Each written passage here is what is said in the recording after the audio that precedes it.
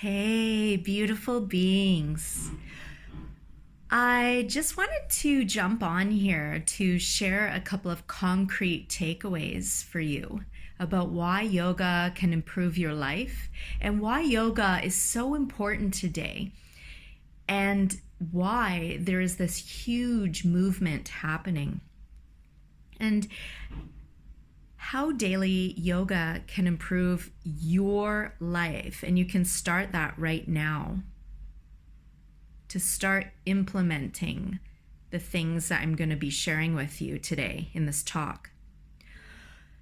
You see, all human beings have that innate pursuit to attain love and happiness, but all of us go about it in very different ways.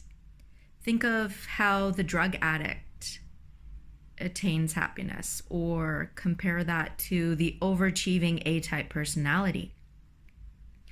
Why cannot we already access this inner peace, which is what is inside of us already?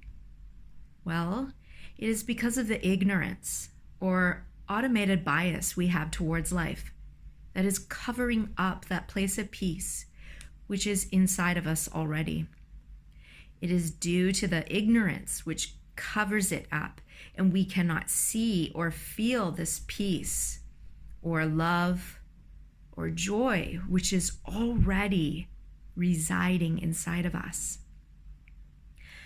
There are ancient tools I share with my students to tap into that place of inner awareness on my online courses and my retreats, and in my upcoming 5-day challenge. One way I love sharing with people how they can access that place of peace and love, which resides in their heart center, is through yoga and meditation. See, yoga is like a deep ocean. It depends on how deep you want to dive into the practice. There are many precious gems and benefits in daily yoga practice. We all can use yoga in order to evolve into better human beings. Superhuman beings. Yoga can be thought of as a powerful neuroplasticity tool for the brain. It has the ability to rewire and restructure our brains in a beneficial way. Here, we look at the potent neuroplasticity capacity of yoga on the brain structure. Until recently, science thought that the brain cannot change after a certain age.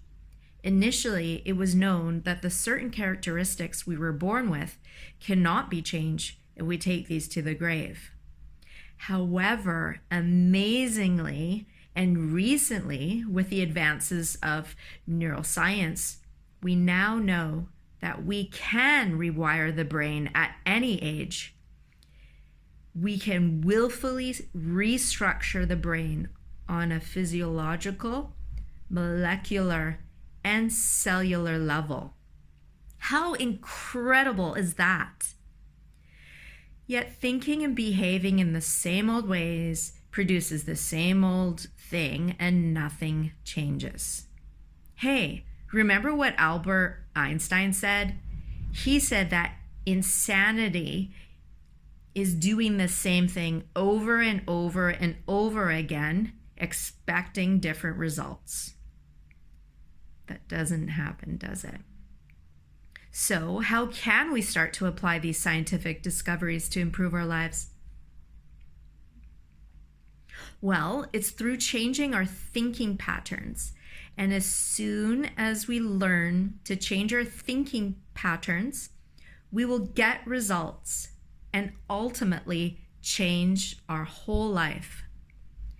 It is superficial to want to change the color of our eyes or do plastic surgery to aim for different results and a different life. And it may be temporary change, but long-lasting change in our lives comes from restructuring the brain through changing our thought patterns, and in turn, changing our behaviors, our emotions change, and our daily habits change with neuroplasticity techniques.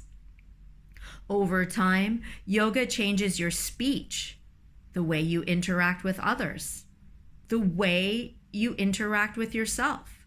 Your thought patterns change into more compassionate, peaceful thoughts to yourself. It changes the way you react to others. It changes everything. For this, yoga is one way to create long-lasting change in our lives. The body is the gross level of the mind, and mind is the subtle aspect of the body. Mind is in every cell in the body, and mind is even beyond the body. Science is now saying that this is true, that the mind influences every aspect of our lives. According to neuroscientists, yoga not only gives us flexibility in our bodies, but it also gives us cognitive flexibility. Having an instructor in yoga is key. Someone to coach you, someone to guide you and motivate you and inspire you. As the yoga instructor gives the verbal cues in the present moment in physical or on an online course, instructing them to pay particular attention and focus to a certain part of the body, the student is practicing mindfulness. The student practices body awareness and essentially building up the neuroplasticity of their brain at the same time. The instructions of the teacher is important so that the student's awareness can focus only in the present moment and not allow the mind to wander about or think about what's next. If yoga becomes too habitual, we are only operating on the lower centers of the brain and not as beneficial for our brain health. The yoga practice should be challenging yet safe, done mindfully and working through a conscious manner, so operating on the higher centers of the brain and building up the neuroplasticity of the brain. 90 to 80% of the time, we are on autopilot. Did you know that we have over 60,000 thoughts in our brain in a given day? Running on autopilot does not assist our brains. Yoga is a fantastic way to build up the neuroplasticity and restructuring our brain. And it is a perfect mode to evolve into a better human being, into a superhuman being. One can begin implementing yoga through sun salutations. Give yourself 10 minutes or 15 minutes a day, or every other day to start. I will show you how, if you're not sure, in upcoming videos here on YouTube, or you can check out my online course. I also have a 5-day challenge that's coming up. See if you can carve out even 5 minutes out of your day to practice each day, instead of doing some destructive behavior such as watching a violent television show or eating a bag of corn chips on one go. Sun salutations in yoga practice is a buffer against stress at your job, for instance. You can still handle the job stress, and it will not affect you as much if you have done the practice daily.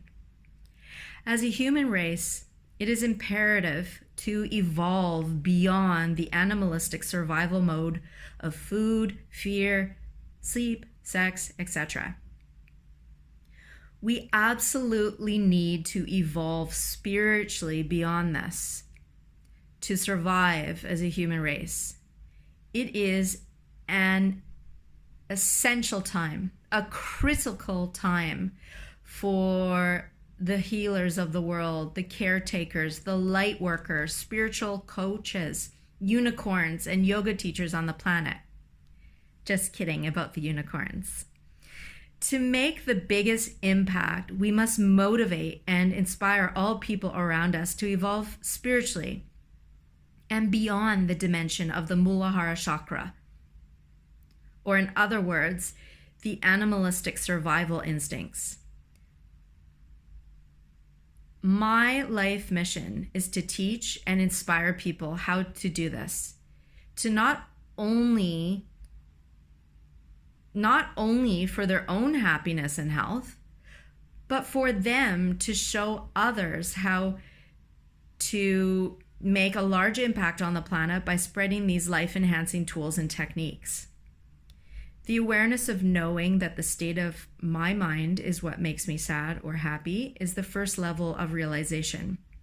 Most animals and people are dictated by 4 things: fear, food, sleep, and sex.